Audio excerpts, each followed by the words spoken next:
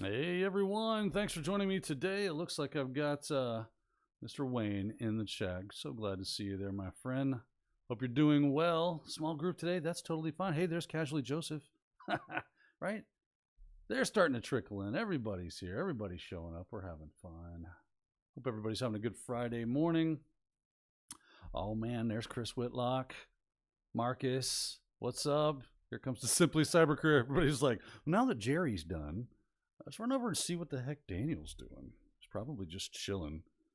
I am just chilling. I was waiting. I'm having all sorts of computer issues this morning, which is fun. I had to rebuild. I have this Mac, iMac, I guess it is. I'm not super familiar with what the Mac stuff. Well, at least as far as like I know MacBook Pro, MacBook Air. I always usually work with MacBooks, but I've got this giant thing that I acquired a while back because someone was like, I don't need this, it's old. Anybody want it? I was like, yeah, right here. I will take that action all day, every day. Got a little extra in the can. It's going to be good for a little bit later. Welcome, everyone. Oh, there's Jerry. Hey, Jerry. Welcome to the party, pal. All right.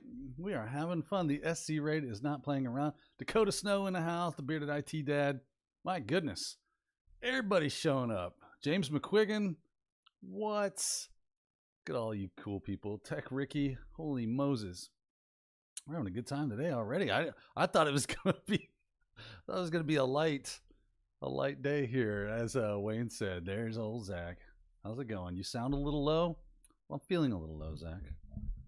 Turn up your speakers. That's what you do. Let's go. Let's see here. Who else? Nick Barker's in the house. Man, we got Kathy.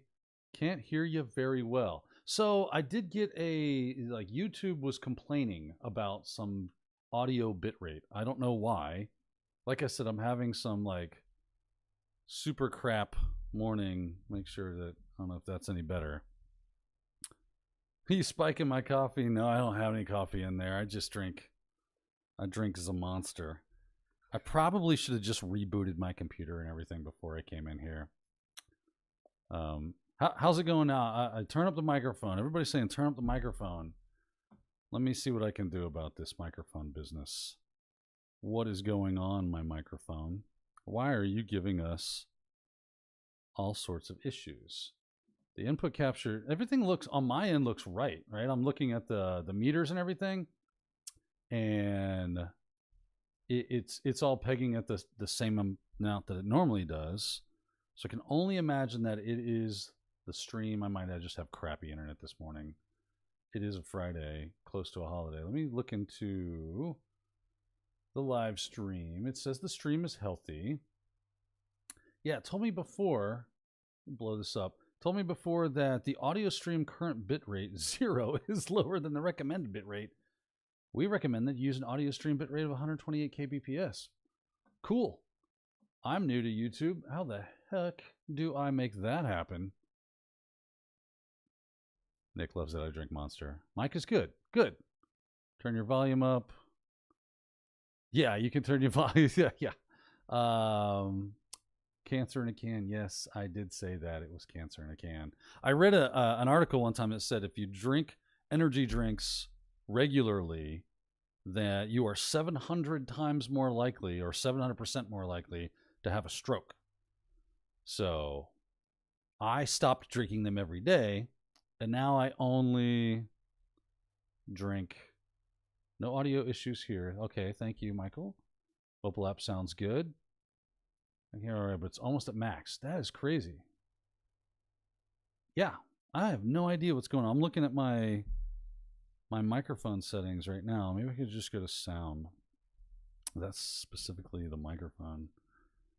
Sound settings. The volume is at 100. Let me try this. You guys tell me if this works at all. Hello, hello, hello. Hopefully that is better.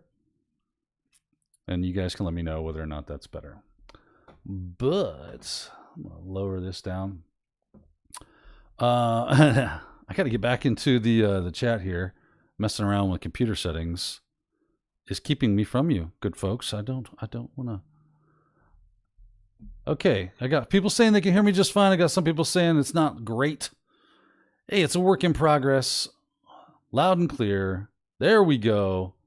Excelente. See, there's a will, there's a way, right, kids? That's what we do. Just need to face the mic. You know, I think I just needed to reset because I haven't changed any settings on this. My computer hasn't rebooted in probably 2 or 3 weeks at this point. You know how it is. Computers, right?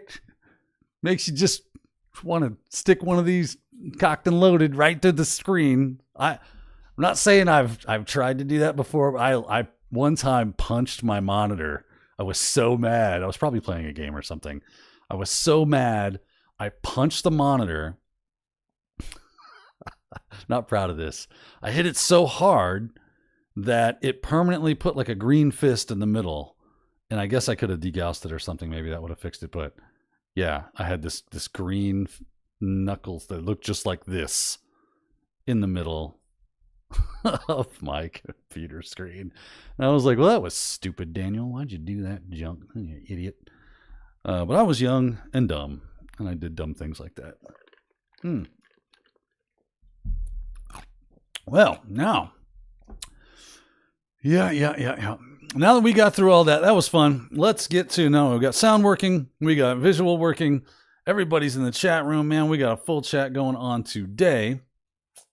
Let's talk some cyber stuff, right? Because that's what we're here to do. We could just have a virtual hangout, which we tend to turn this into, and that's cool. I love doing that. I love hanging out with everybody, having fun.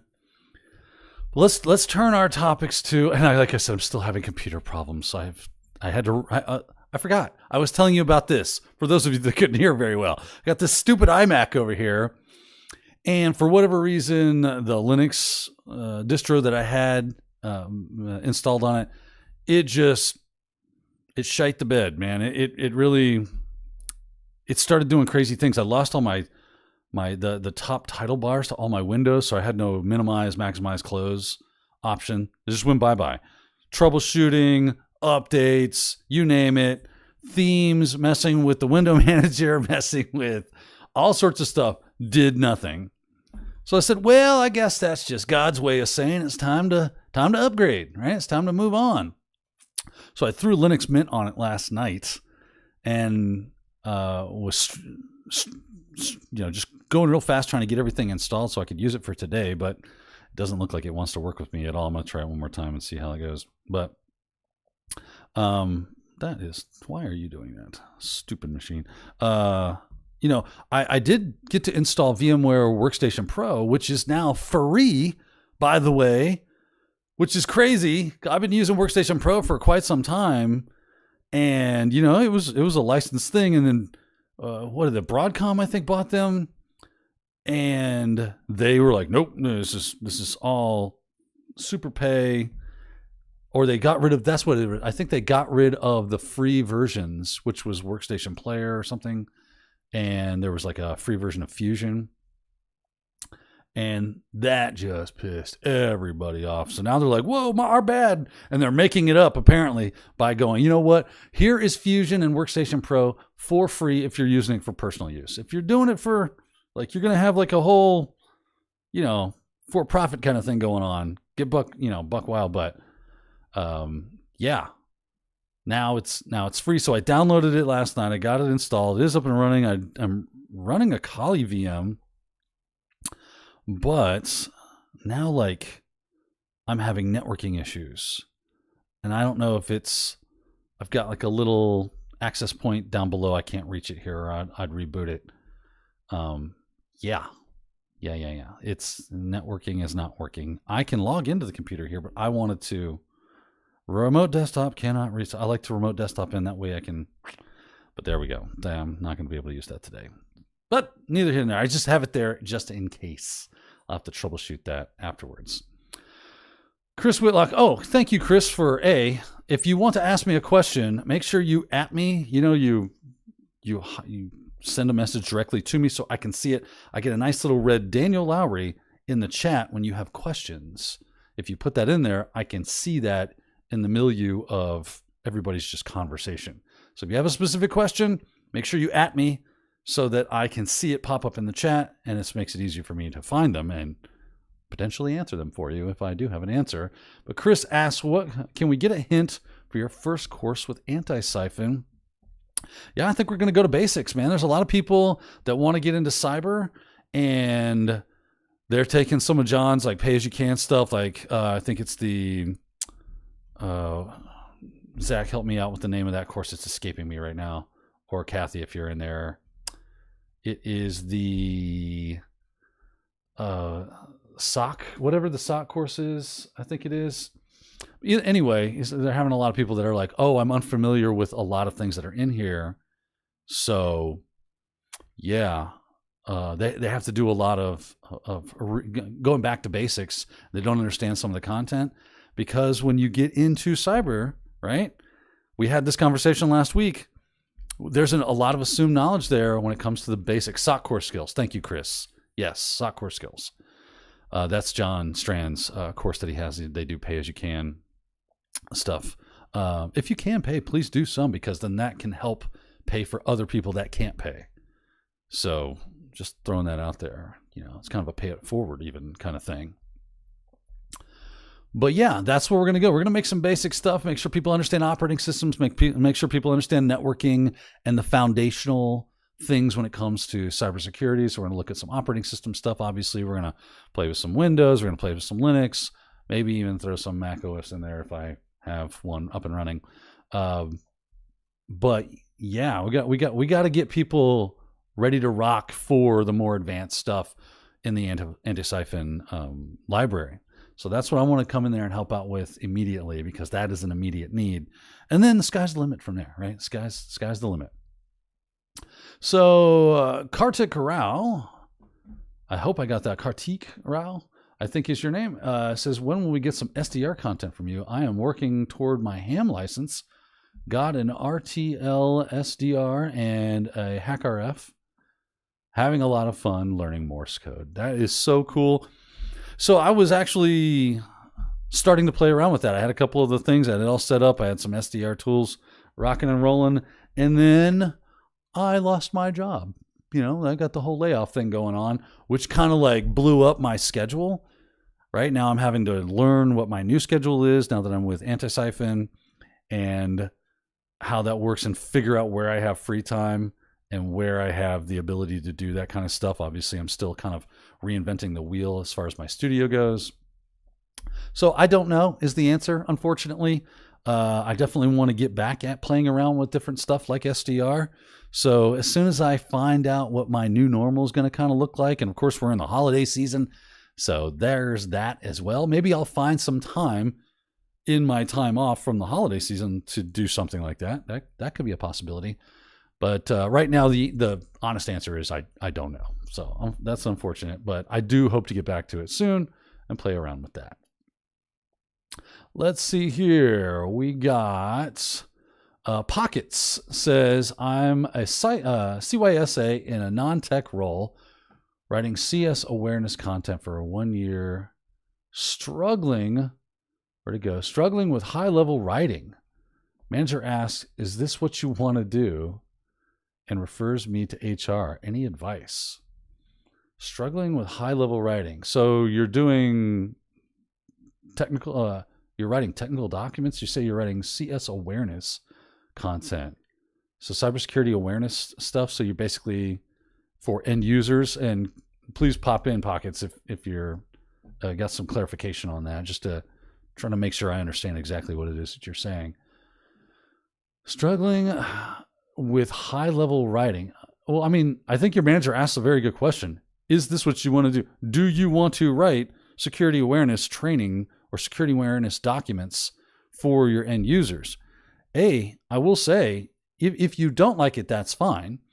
B, make all the of you that you can of that situation. You are writing security awareness documents that are for a production company. Make sure that that's going to very much help you solidify those security foundations in your mind. You could honestly turn that into some freelance work where you're taking those documents and turning them into classroom training, where you could approach different organizations and say, I provide security awareness for the end user training in-house. I come in, I bring in you obviously go for some smaller shops to begin with. Bring in your employees. We do an hour-long lunch and learn. We teach them some of the things. We give them some documents like the stuff you've been writing. Obviously, you want to change it to kind of fit more generalized audience and not be the specific stuff you've been writing for your organization. You don't want to break NDA or anything like that, or give them any kind of secret sauce that's in your current organization. But yeah, you could totally leverage that to that. And then you start to move toward actually using that. I don't know. Maybe your manager is thinking, do you want to move into a more IT related role? Do you want to be in a more cyber related role? If we don't have that for you right now, would you be willing to just do IT and touching cyber as it is available? You have to make the best out of any situation that you're on. I wouldn't suggest like quitting that job. I would suggest start looking for another job if they don't have anything, or if they can't pivot you into somewhere you would be more satisfied with. That's just me. That's what's going on here. Let's see here. What else do we got? White Hat Sheepdog. What's up, Bijan? He says, can we talk about OSINT recon possibly? What do you think about these Telegram bot-light scams? So I don't use Telegram. I have never used Telegram. I understand a bit about how Telegram works and how these bot scams are kind of working their way. Ultimately, I'd have to get more detail on them, other than if you're using Telegram, be very, very cautious. Even when I get stuff in work email that looks like it actually comes from people that work with me, I'm very cautious about clicking links. Paranoid, maybe even to that level. So be very, very paranoid. Be very, very cautious. Set up sandboxes for anything that looks hinky, isolated. If you think it might be legit, but you're not 100% sure, maybe have a sock puppet account, a burner account that you can use for checking the veracity and to verify all that those things are. So if you feel like it's real, test it, and then see what happens. If it's not real, obviously you're going to be like, cool, that just blew up a VM or this laptop that I destroy nightly, and now it can be on with you. But again, I would have to learn a little bit more about, like, I have seen that happened. I've read the headline that happened, but I didn't read the articles that those things, like the details that are going on with that. So I'd have to look into that more to give you a more detailed. Chris Young in the house. Hey, Coach. What's up, Chris? Let's see. What else is going on? What else is going on in the old chat room? There, Jerry. THM AOC. You doing THM? Try hack me. I assume you mean try hack me. What's the AOC? So no, I haven't done anything try hack me right now.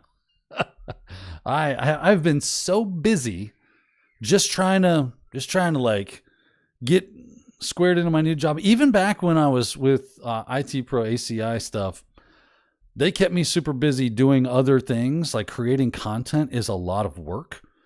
I'm creating more content for Anti-Cipher. We're going to have a cool series coming out very soon. I've already got some filming done. When it comes to like note taking, I think someone was actually talking about that. Like, oh yeah, they were talking about creating documentation. Pockets was right, or was it the other? I can't remember now. But yeah, it takes time to get everything prepared to make a video that looks good and has all the right information and things of that nature. So it can be difficult for me to find time. Plus, I have 3 little kids. Plus, I'm working on training for anti-siphoning.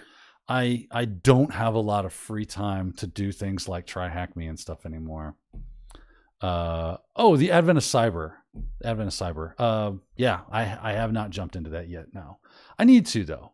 I need to at least make, some presence known. I remember you. I think it was either last week or the week before, Jerry. You were talking about it and how it had just launched. I was like, oh yeah, I need to at least jump into that in some way. I don't know if I have time to do any of it, but I at least need to go there and check it out. So yeah. Oh, let's see here. Try Hack Me does this. A yearly event. That's right. AOC. That I just, for whatever reason, AOC is not Advent of Cyber is not the first thing that jumps into my head. I listened to a lot of political stuff, and that was not Advent of Cyber. Was not going into there. THM Try Hack Me does, but not AOC. I was like, the senator from New York is doing Try Hack Me? That's weird. Good for her. She's skilling up. I like that. That's cool. Welcome to the Cyber Club there, AOC. But no, we're talking about the advent of cyber. Very, very funny. Let's see here. I did write a few things down I thought would be interesting little grenades to throw into the chat and see what you guys think about it. And I wanted to get the chat's thoughts and opinions on cyber training, because obviously that's what I do, and I want to make sure that I'm doing it really well. So kind of hearing from you good folks out there on what you like about cyber training, what you don't like about cyber training, what you think is missing, or what you think we could be doing better. Throw that in the chat, right? At me with some good stuff on like, man, you know what would be great is if this was in my cyber training. And maybe in some training, like there's obviously like a ton of training out there, so it very well may be in certain people's training, but I guess I'm speaking more to the A, I want to make sure that I'm doing it, and B, the certification bodies that are out there that offer, you know, the well-knowns, the Security Pluses, the CISA, the Pen Test, the what Hack the Box has stuff, offensive security, and OSCP, that kind of thing. What are the things, or you know, I'm thinking all red team because that's my mind, but obviously the blue team as well. What are those bits that you're like, you know what, I'm taking training and I'm just not seeing this. I'm looking at objectives list and I'm just not seeing this. I really want to learn that. So let's see what we got here. Nick says, congrats on the move to BHIS. Any advice on switching jobs? I don't think you have done it for a while. No, it's been a while since I switched jobs. I worked at IT Pro for 10 years. That was a long time. So you get really, you know, as you guys are throwing stuff in the chat when it comes to the search, I'll backtrack on Nick's question and switching jobs. So yeah, I've had 3 jobs in the last 20 years. I worked as a front desk person and then an instructor for New Horizons. So I did in-classroom training for New Horizons for a while. Then I worked at a help desk, and then eventually, after a year, I was promoted to a junior administrator and then a senior administrator for Farm Bureau Insurance. So I did systems and networking for them. And I say that we did everything. If you were on the infrastructure team, you were an everything administrator. It did not matter. So I did cybersecurity for them in ways like I made sure that I handled all the AV EDR stuff. I handled all the updates and doing testing and security awareness training and things of that nature. So I did security. In one hand, we prepared for all of our audits that we did, like 3 audits a year, all from different organizations. We did internal audits, we did external audits, we did industry audits and things, because we're an insurance company. So there was all that going on. We helped prepare for that and do the security to make sure that we would pass all that stuff. So yeah, I worked for them for like 8 years, and then I went to IT Pro for 10 years. So yeah, I didn't have a lot, but one thing I saw as a trend, when I was at Farm Bureau, they had like pensions. People stayed there for 40 years. Easily. Like 20 years was a drop in the bucket for employees to get past, because you were working toward a pension. They had a pension plan. They got you good when it came to retirement. That was a really great place to work when it came to benefits and retirement, things of that nature. But as I went there, that was when things started to kind of change in the job industry, where if you wanted to get promoted or make more money and that kind of thing, move into positions that you really thought were interesting or exciting to work in, what you did was you jumped jobs. You didn't stay with an org for 20, 30, 40, even 50 years like I was seeing at Farm Bureau. So, and that seems to still be the kind of the case where you stay with an organization for a certain amount of time. I'm just kind of old school in that way, where I'm like, if it ain't broke, don't fix it, right? I'm happy in my work. What am I doing? If you're paying me well, and or I'm getting enough to make my bills, and I still have a little extra to do fun stuff. I'm the kind of person that's really sad. Like, I'm a content person in life about a lot of things.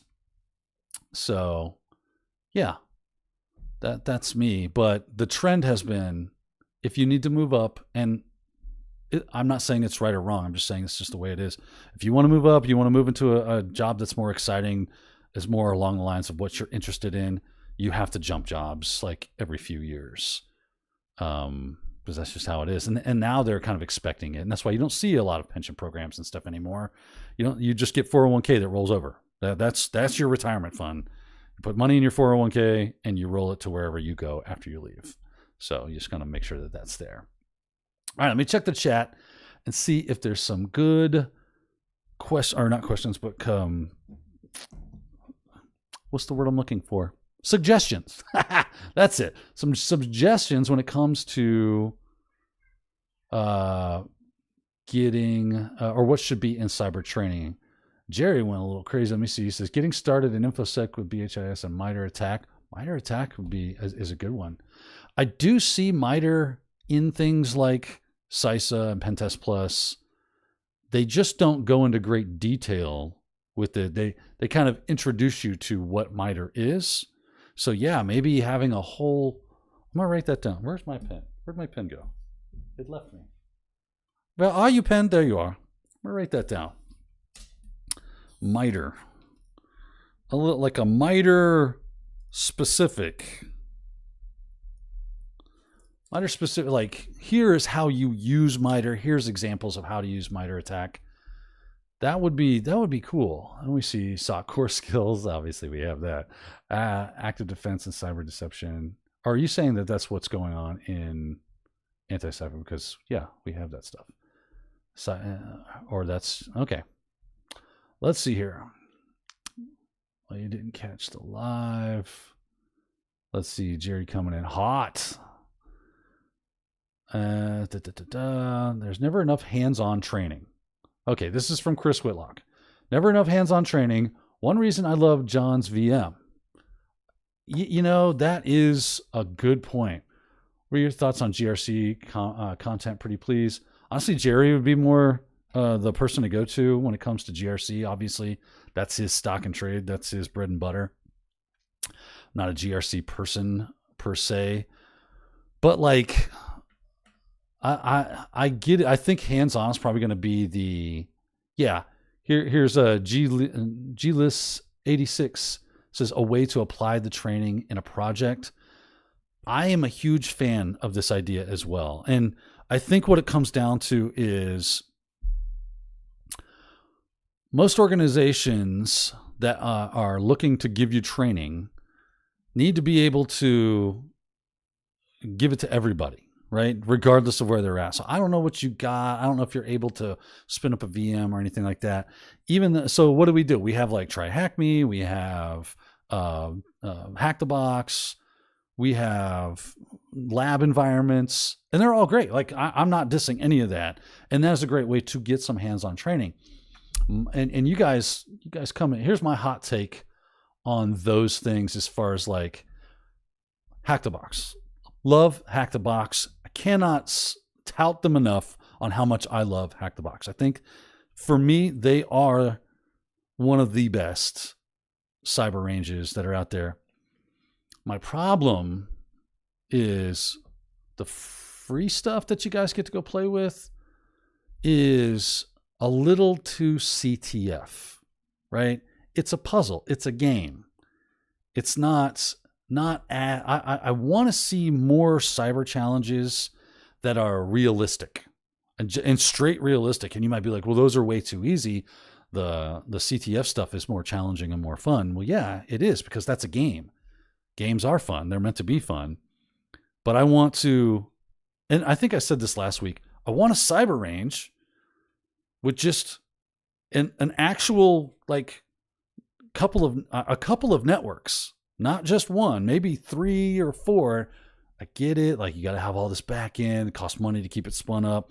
But like, what if at home, you know, through a couple of very well groomed VMs to make sure that they're not as resource intensive, so you can spin up a couple of things. And kind of to y'all's thought process there of giving, like, what was being said? I think, was it Chris? Never enough hands on one. Like, likes the VMs. I want to give someone like the ability. Here's a blueprint of how to build a lab. Here are the VMs that you need. Here's how to build the VMs you can't download. And now go. Right? Start, either defend it or attack it or both. Do whatever you want. Start building it. Here's the template that you need, and not everything. I don't want to just hold your hand on everything, but I want to give you enough that you have a good lab so that you can go, okay, here's my prod network. Here's the attacker box. Here is, what's in my DMZ, and so on and so forth, and kind of build this thing out, make a front end and a back end, have a web application, have some sort of file transfer, have some sort of whatever the case is going to be. Things that touch the public network, things that touch the private network, have another private network behind it so that you can pivot and do things like that, and have to defend those things. Put together some type of detection systems. Again, it's complicated, which is why you don't really see it, unfortunately, is because of how complex it can be. So, but man, I would love to see that. Apply training to a project. I like that idea as well. Take the things that so basically what you're asking, this is Glis86, who said, give me a way to apply the training to a project. So basically what you're asking is, give me homework, right? I just taught you cross-site scripting attacks. Cool. Spin up this VM,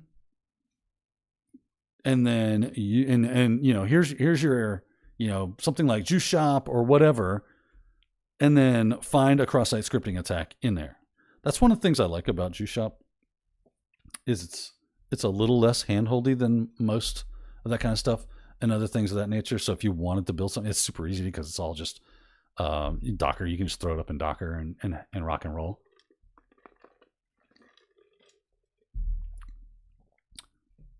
Chris Young says, minor attack training exists for free with Attack IQ Academy and for premium at MAD 20.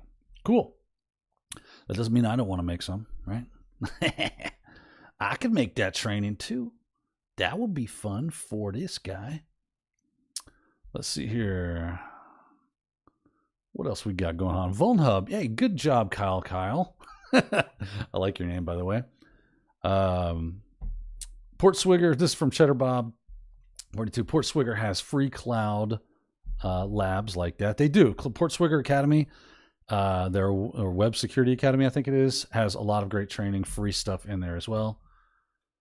Oh, let's see here. Kathy's throwing something in there. If you ever want to meet Mike Saunders from Red Siege at a conference, he has a lot of awesome tips for report writing. He does. The dude is a veritable wealth of knowledge. Again, if you want to make sure that I see your comment, please at me so that I can pick them out. Otherwise, I got to read everybody's comments. Build it. Yes, Nick Barker. Build it. If you build it, you will learn. That is the takeaway, right? Is it that we just want to see, I think that I've done this and probably continue to do this, and I have to struggle against this because it's just my nature. I want to get the thing in my brain first and then be like, okay, now how does that apply? Instead of going, walk me up to that thing with all the things that are kind of important to it before I learn it. I want shortcuts, right? Because I'm a hacker, right? I'm like, I don't want to go through the front door. I want to find a side door. I want to find the finish line in a place that the finish line isn't supposed to be gotten to. But for learning, that can be detrimental, right? In some cases. Oh, Casually Joseph's bringing out the diamond model of intrusion analysis. I think making content of that would be very useful. I've actually done that. That thing is a beast. And I'm pretty sure it requires an IQ of 200. That thing is crazy. But it is super helpful, like having all the bits and bobs that go into the analysis of an intrusion attack. Very, very cool. If you build it, you will learn. Great shirt idea from Tech Ricky. That is a good shirt idea. Let me write it down. See, I got to write these things down or I will forget. If you build it, you build it, you will learn. Learn t-shirt. There we go. Cool. Let's see here. I hope we get a Daniel Larry merch store soon. Yeah, me too. It's just, again, time and just everything for me is kind of up in the air. I'm figuring out where things go. I just need to get settled. I need to find an equilibrium. Once I do that, sky's the limit. Then we know where the time frame is. And I love that you guys are pointing out like good places for people to go get free stuff and free labs and free things that you could do. Just could have the bonus. The merch shirt could have the Golden Gate Bridge on it. Chris Young. Funny. Let's see here, because I saw someone mention Samurai. There's what else? Anything else in there? We mentioned Juice Shop. We mentioned VulnHub. Is VulnHub still being actively like used? Let me check this thing over here. I think that VulnHub. Come to me, laptop. Vulnhub.com. The last entry in VulnHub was in July of 2022. That doesn't mean it's still not a useful thing. Just FYI, if you are they not taking machine submissions anymore? I'm pretty sure that Offensive Security acquired them, and they might just be like letting it live for posterity, and they may be adding everything new to their proving grounds.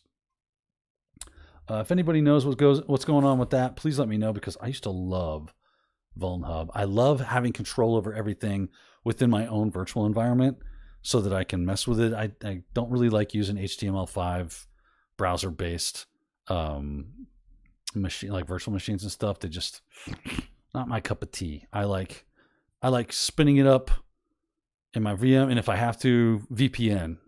That's the way I like to rock. Let's see here. Oh man, everybody's giving me great ideas. Thanks, Casually Joseph. I like that. There's going to be like a robot laying down the last letter in the sentence. If you build it, you will learn. That would be super cool. What else we got here?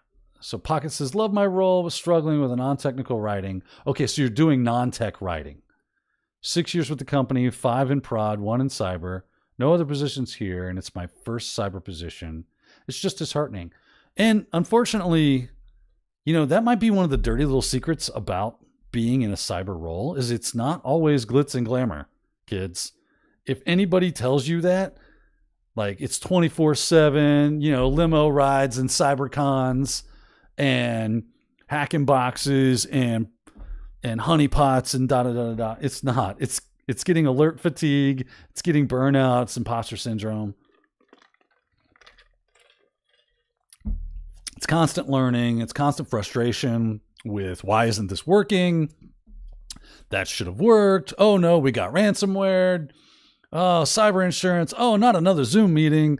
Oh, we got to talk to a client. Oh, we just got a full stop on our test because we found indicators of compromise. It's just like, now in between all that is the glitz and glamour. That is where all the, oh yeah, we doing cyber today, yo, right? Other than that, it's like, hey, you applied updates last night and it broke my server. You're like, there's that again. All right, well, time to backtrack. Let me undo that. Let me figure out what can we do. And we got to make it's Oh, we got a malware infestation. Sweet. Oh, CrowdStrike, damn you. This is the reality of it. And then we don't have enough money to get the tool we need. So we got to try to use something open source, which is really cool, but there's going to be a lot of tuning involved and a lot of learning. There's no real good documentation. Oh my goodness. That's the real thing, kiddos. So I get it. Right now, you're in a place where you're not super happy with what you're doing. So what you have to do, again, make the best of that situation. Look for something that's more your speed. If they don't have it for you, then they don't have it for you. I mean, what are you going to do? You have to do what's best for you. And if you're not really enjoying your job, find some of the things that really that you do like about your job and focus on that as much as you can. And, kind of highlight the positives, because it's too easy to focus on the negative crap that can really bring you down. Vent about the negative stuff. I know it helps me. I love to vent. I'm a venter. I always say that I'll rush a machine gun nest as long as I can bitch my way through it. That's just my personality. If I'm getting it out of me, as long as I'm talking, I'm processing it out loud, you're good. It's when cat goes silent. That is not what you want. When I'm sitting there like, yep, single word answers, just blank stare, off into the abyss, kind of look into the nothingness. If you see that coming out of me, time bomb, right? I'm ready to rock. I'm ready to be done. No more am I happy, right? So maybe you got to vent your way through it a bit. That helps relieve some of that. Go work out, do something, just get that frustration off you. And in your free time, skill up, right? Find a niche, be skilling your butt up, build some labs, take some training, get a cert, write a blog, make a video, start a GitHub repo, start doing stuff like that. And now you've made yourself super valuable. Again, you could go do some freelance work, maybe a bug bounty, who knows, whatever.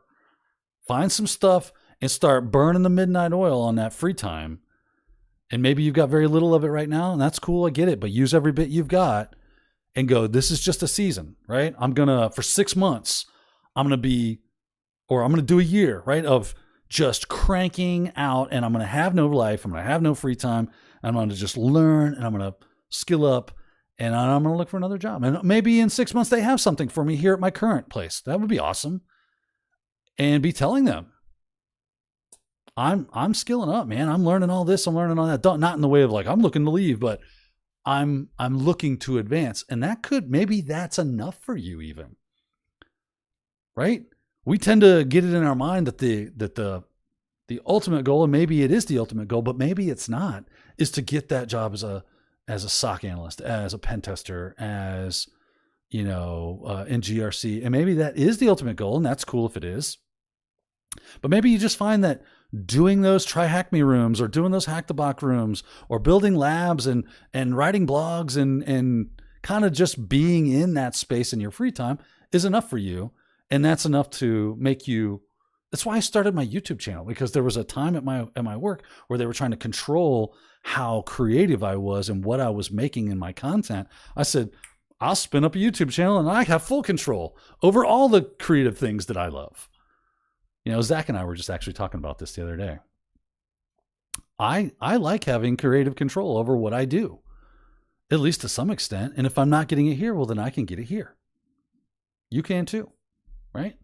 So maybe that's the pressure release valve that you're looking for. And eventually, from all your learning and all your skill building and all your lab building and all that stuff, you've got a pretty decked out resume with some awesome stuff. Plus you've got actual work experience.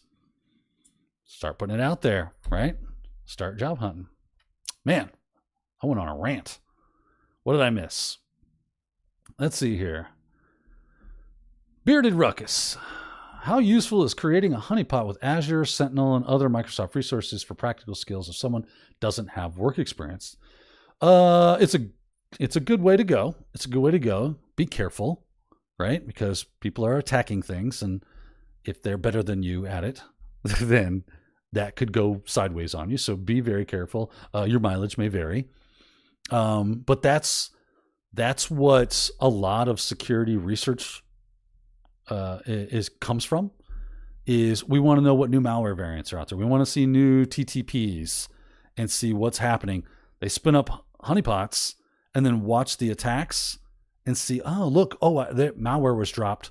Cool. It's all sandboxed. So you'd have to be really good at making sure that none of that could escape outside of that world. So again, your mileage may vary. It's all going to be up to your skill set on how well you can make that happen. So I would say, with a healthy dose of caution, it's a very good way to learn cyber skills because it's real. It's a real thing. Real attacks are going to be coming against it. Honestly, if you wanted to, you don't even have to like necessarily go the full honeypot route out of the gate. I challenge you to do this. Spin up a web server with no technology. Make sure everything's updated, right? In Azure or AWS or GCP or whatever. Just make a website with a single static page, no content, no dynamic, no JavaScript, no nothing, just with everything up to date, turn it on and let it touch the internet. In an hour, come back and look at the logs and start there. Just start looking at that. You're going to see a lot of attacks, right? Tons of scan stuff, right? People just hitting you with like fuzzers and things of that nature for directory busting. You'll see attack strings in URLs. It's going to be looking for specific URLs. You're like, why do I keep seeing this? And then you can start grepping things out. Maybe then even create yourself a tool. Use Python. This is a great way to learn some Python or Bash or PowerShell or whatever you're going to use, and start grepping out. Make a tool that looks for those specific things. And you can have like, tool, find this. And it just does it for you. No more having to tickety tap type string out. You got a nice little script that does it for you. Throw that in your GitHub, tell other people, write a blog. Look at that. You see how this works, kids? That's how that works. So it is super useful for learning real things, and would be absolutely something that you put experience with in your resume. Let's see here. How to properly set up an Azure. This is from Tech Ricky. How to properly set up an Azure AWS tenant to prevent being overcharged for your lab VMs built there. Yeah, that's a good skill to learn right there, isn't it? Yeah, you got to put on all that like monitoring and money caps so that it doesn't go past X amount of dollars. That's one thing I really liked about CloudGoat. If you're not familiar with CloudGoat, it is labs that you can go get from Rhino Security Labs, if I'm not mistaken. They built this CloudGoat thing where you spin it up, you give it access to your AWS template or your tenant, and it builds a lab that's vulnerable. And then you can do cloud security testing against AWS using their Paku tool and other tools, AWS CLI. I actually did a whole series on that. I did an intro to AWS pen testing series, and that's what I used for that. And they can be very complex. There's a lot of really cool, complex ones. People are making new CloudGoat labs all the time and submitting them. So that's a really cool project. I highly recommend it. And gives you some real hands-on. So yeah, keep an eye out on that money though. But I used them extensively for like a month. I think it cost me like $12, and I was spinning up stuff all the time.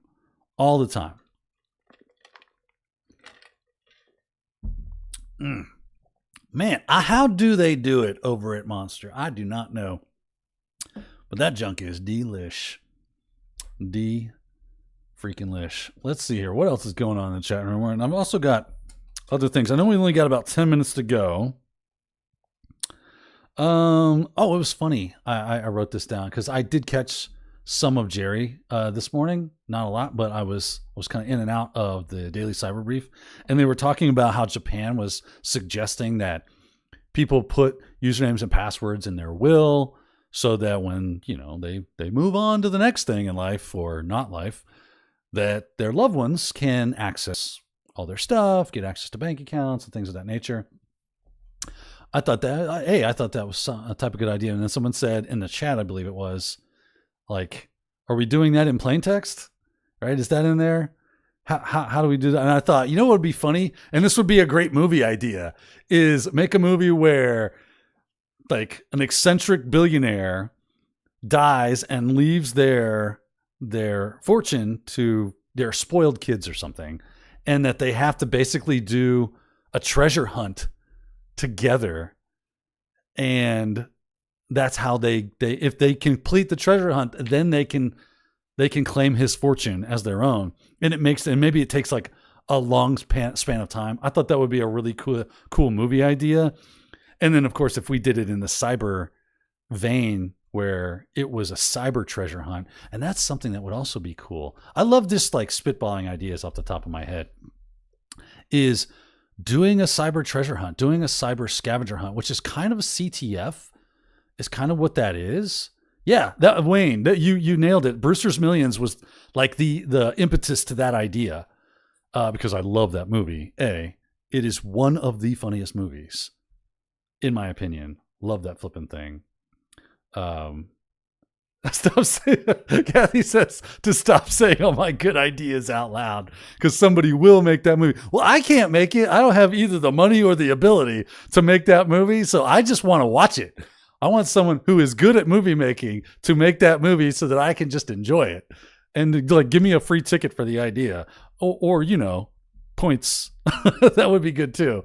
Like if you do end up making that, it's in the chat log, so I can claim some sort. Just throw me a bone. Just throw me a bone. That's all I'm asking. You know, a nice bone for a good idea. Man, my voice is struggling today. Oh, let's see here. White Hat Sheepdog says, wouldn't the cyber hunt be finding your Bitcoin without your code? Yeah, that would exactly be a treasure hunt. And what's funny is how many people I know that has happened to. If you go and watch, what's his name? Joe Grand.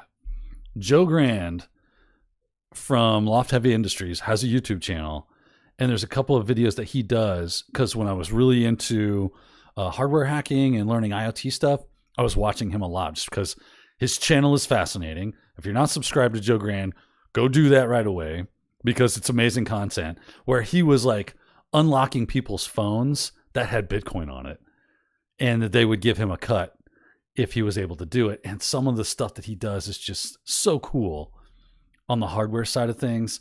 Don't sleep on hardware.